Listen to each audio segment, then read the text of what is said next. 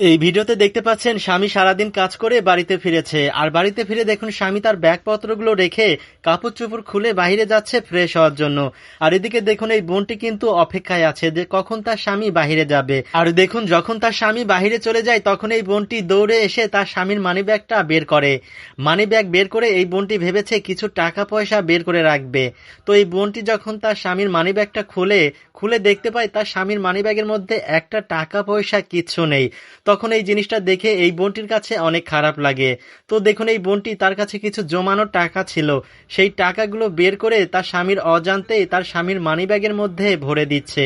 আসলে এরকম স্ত্রী পাওয়া কিন্তু সত্যি ভাগ্যের ব্যাপার। তো দেখুন এই বোনটি তার স্বামী আসার আগে তার স্বামীর অজান্তে তার স্বামীর প্যান্টের মধ্যে সেই মানিব্যাগটা ঢুকিয়ে দেয়।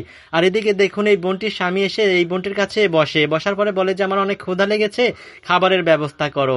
তো দেখুন এই বোনটি তার স্বামীকে বলছে তুমি বসো, আমি তোমার জন্য খাবার নিয়ে আসছি।